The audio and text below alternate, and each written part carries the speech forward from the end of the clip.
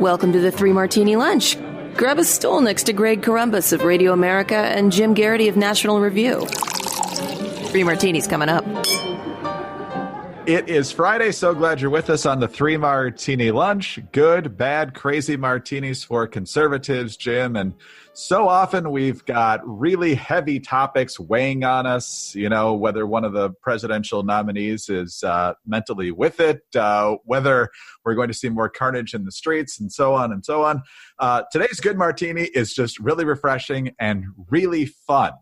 2018, Democrats did better than usual in Texas. Beto didn't win, thankfully, but he spurred enough support to make a couple of Republican Congress members lose. And so Texas Republicans are trying to win a couple of those seats back and also make sure they hold on to seats from a couple of retiring members this cycle. So Texas Reloaded is the theme. Dan Crenshaw, who is he's up for re-election, but he's not expected to face much serious competition, is leading the effort to recruit new people to save Texas. Your mission, should you choose to accept it, will be to save Texas. To do so, you must recruit an exceptional team of congressional candidates. They must be courageous, patriotic, and absolutely fearless. Time is of the essence. The nation's future is dependent upon your success.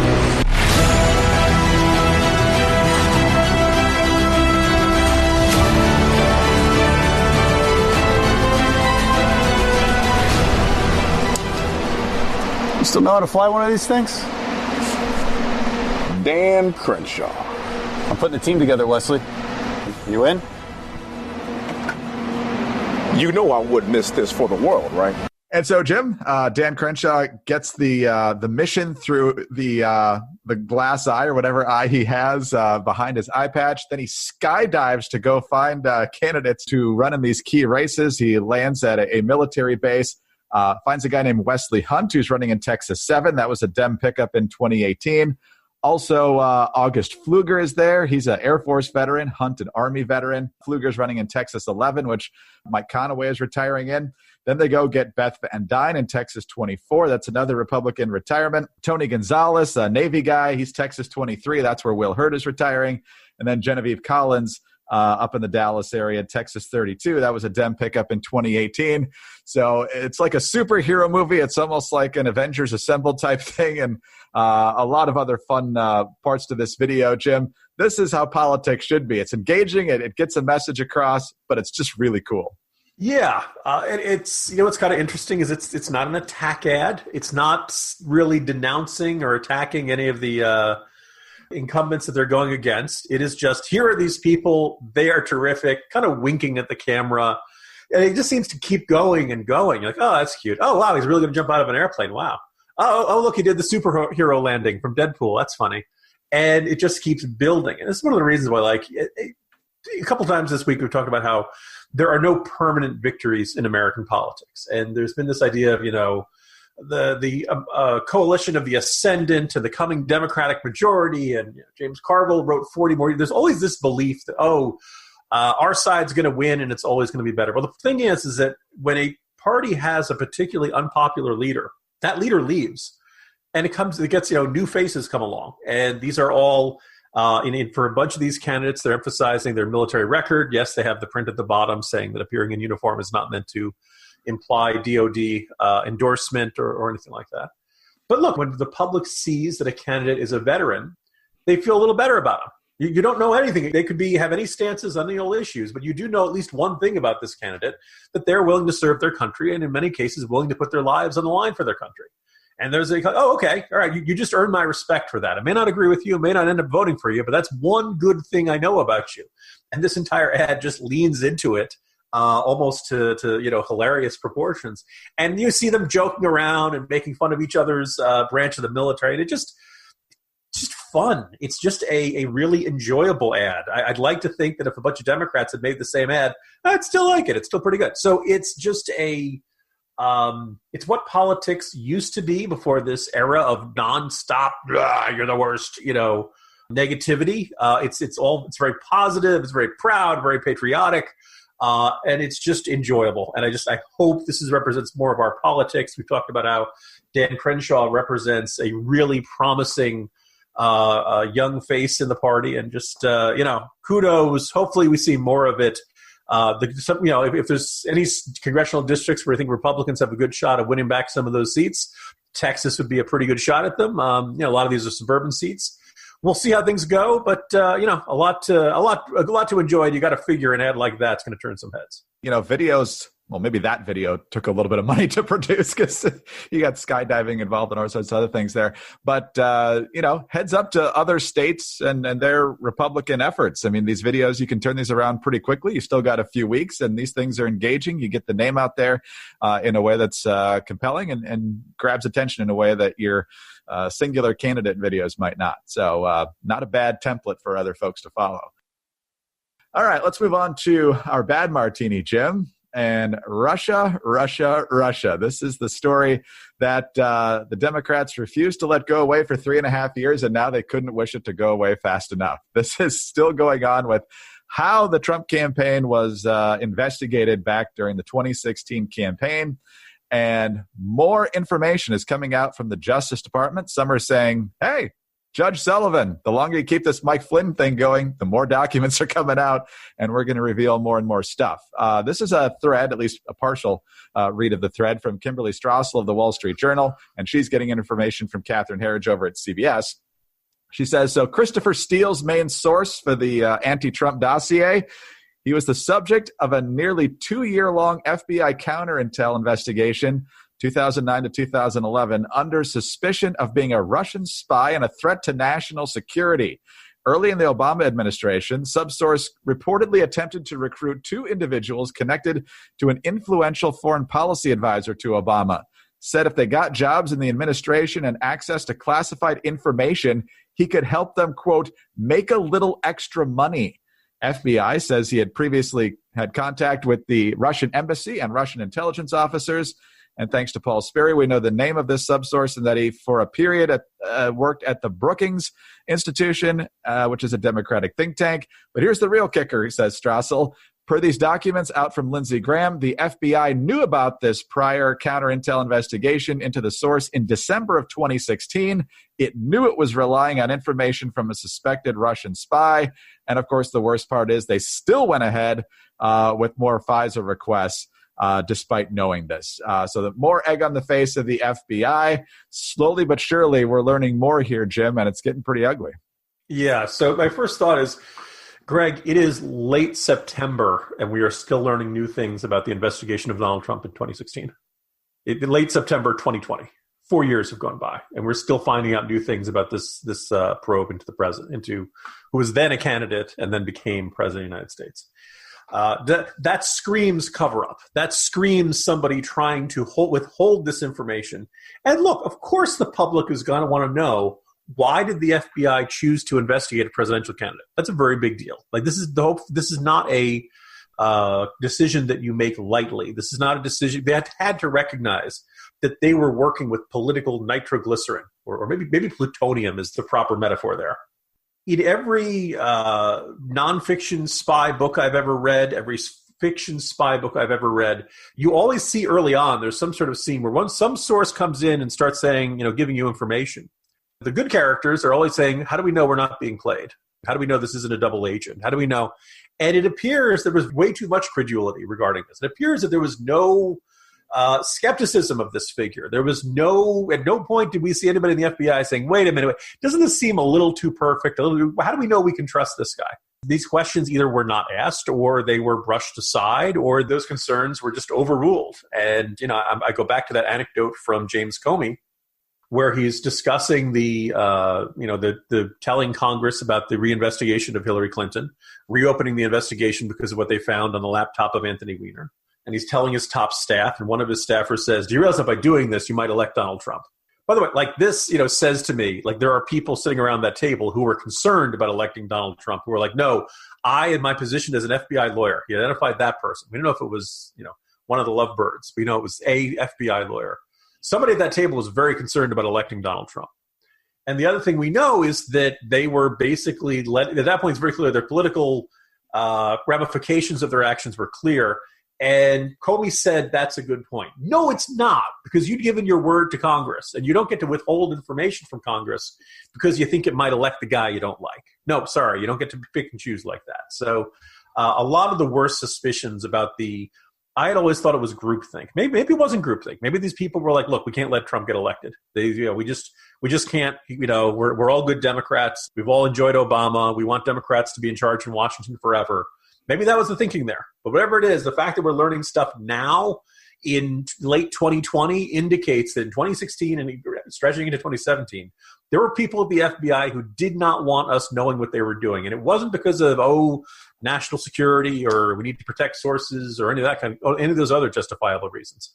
It's that if the public sees this, we're going to be embarrassed because we're going to look like a bunch of partisan amateurs. Guess what? You look like partisan amateurs because you were partisan amateurs.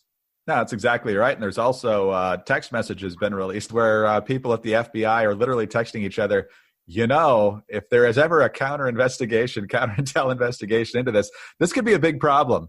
That's also a pretty good sign that you're probably headed down the wrong road legally. But it's amazing how long it takes for this stuff to get out, the actual truth to get out, whereas, the Times and the Post had anonymous scoops day after day, even before Trump even got into office about what allegedly happened. So It's a mess. It's a big mess.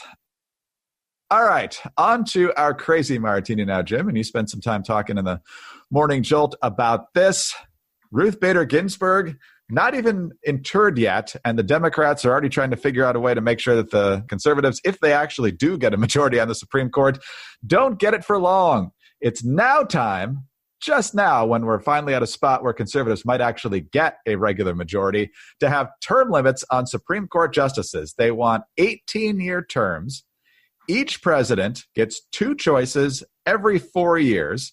The folks currently on the court would be grandfathered in, so they could stay in for as long as they want. But anyone, if this were to become actual law, would be set for 18-year terms, and then they would get folded back into lower courts. I'm really sure they'd be excited about that after their 18 years are up.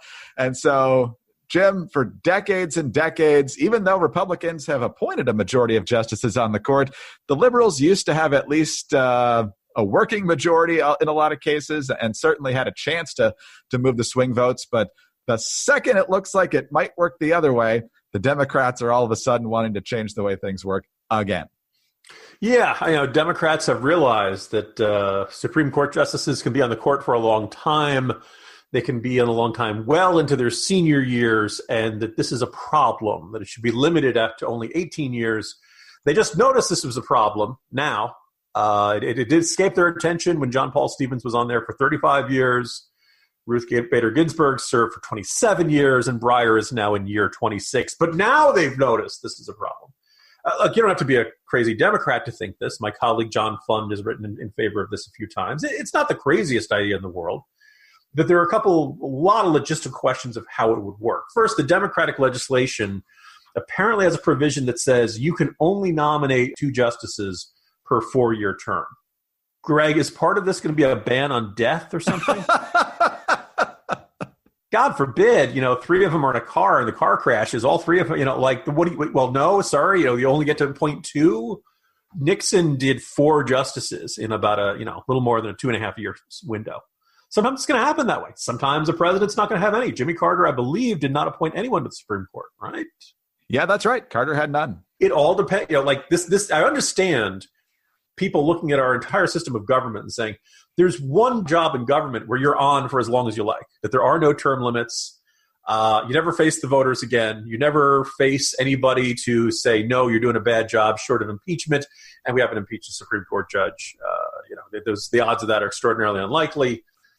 So you end up having septuagenarians and octogenarians who are making really important decisions. And you and I used to joke about how Anthony Kennedy's decisions would be dependent on which side of the bed he got out of, to be highly dependent on who they hire as clerks. Now, I get the objections and the problems of the current system. I think the problem is any replacement system just takes away the old problems and creates new problems, high among them with term limits.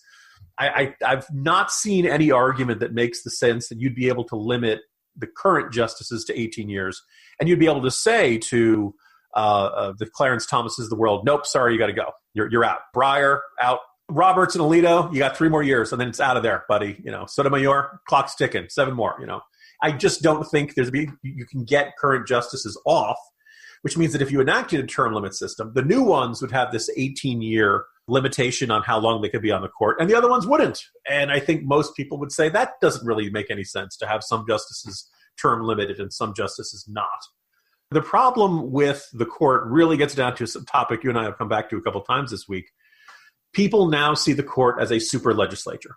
That if you can't get the presidency, if you can't get the majority in the House, majority in the Senate, if you've got 5 people who feel a certain way about a law on the Supreme Court, well, then that's going to be the case.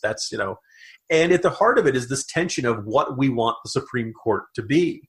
The justices put it there, and they knew it wasn't going to be, quote unquote, accountable to the public, and that this was by appointing people to life, that there was really, the odds of somebody being off the court because of an unpopular decision were extremely unlikely, because they wanted one part of our government that could make unpopular decisions, that could say, hey, you know what? This is right. It doesn't matter what the majority says. It doesn't matter what the majority of the public believes.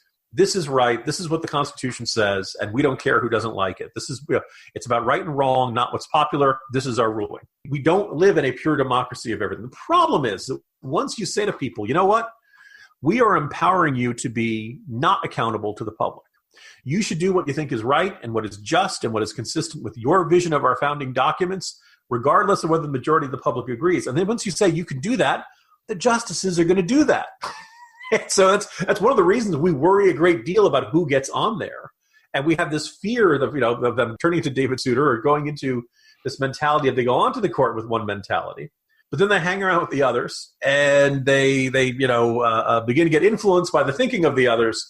And all of a sudden they start going a certain way. And they start having this idea that sometimes Ruth Bader Ginsburg could be very explicit about. The idea that you get on the court and you have this vision of the way America ought to be, and that every case that comes across your desk is an opportunity to push America, or maybe some cases drag America, kicking and screaming, in the direction you think it ought to be. And I think a whole bunch of us would look at it and say, this doesn't work out well for us. Roe versus Wade takes the decision of abortion out of the states and basically says, no, we the justices have decided this. Obergefell decides the issue of gay marriage once and for all. You're not allowed to have 50 states and 50 different rulings and 50 different interpretations. This is what sets up these tensions about the Supreme Court. And I don't really know if there's an easy way to kind of finagle your way around this. And the thing is, I don't really think term limits takes away that problem. It just kind of rejiggers it so that you're having this fight on a set 18-year schedule instead of, when does the justice's heart give out? And that's, there are flaws in both of them. I'm not sure having a set schedule makes the tensions or the passions or the stakes any lesser, Greg. Yeah, just be really weird to see, let's say it's Barrett that's announced here in the next day or two, and she gets confirmed, and she's pretty young. She's not even 50 yet, and Gorsuch is early 50s, Kavanaugh's, early to mid-50s, and so they're all in there for life tenures because they get grandfathered in. They could watch a couple different cycles go through if this were to pass under, Democratic Congress and so forth. Just kind of wave them in, wave them out, and just be very, very awkward to watch that happen. I also don't know, Jim, if this would ever actually make it as an issue before the Supreme Court. So it'd be weird to watch justices trying to decide if their own jobs are term limited. It's kind of like going to Congress for a constitutional amendment on congressional term limits. It doesn't usually work out too well. Yeah, I mean, I just kind of easily envision in a unanimous 9-0 decision, 9 Supreme Court justices said that no, they should not be term limited. Should your job end soon? No. Okay, moving right along. All right. So, Jim, the weekend is here. I guess by the time we reconvene on Monday, we'll know who the president's nominee is, and then the fun really begins. Plus, we have a debate next week. Oh, so exciting. When's November, Greg? Jim Garrity, National Review. I'm Greg Corombos, Radio America. Thanks so much for being with us today. Please remember, if you haven't already, to subscribe to the 3 Martini Lunch podcast. And while you're there, we're always grateful. We really appreciate a 5-star rating and a kind review. Also, you can get us on those home devices. All you have to say is play 3 Martini Lunch podcast. Have a terrific weekend, and we'll see you on Monday for the next 3 Martini Lunch.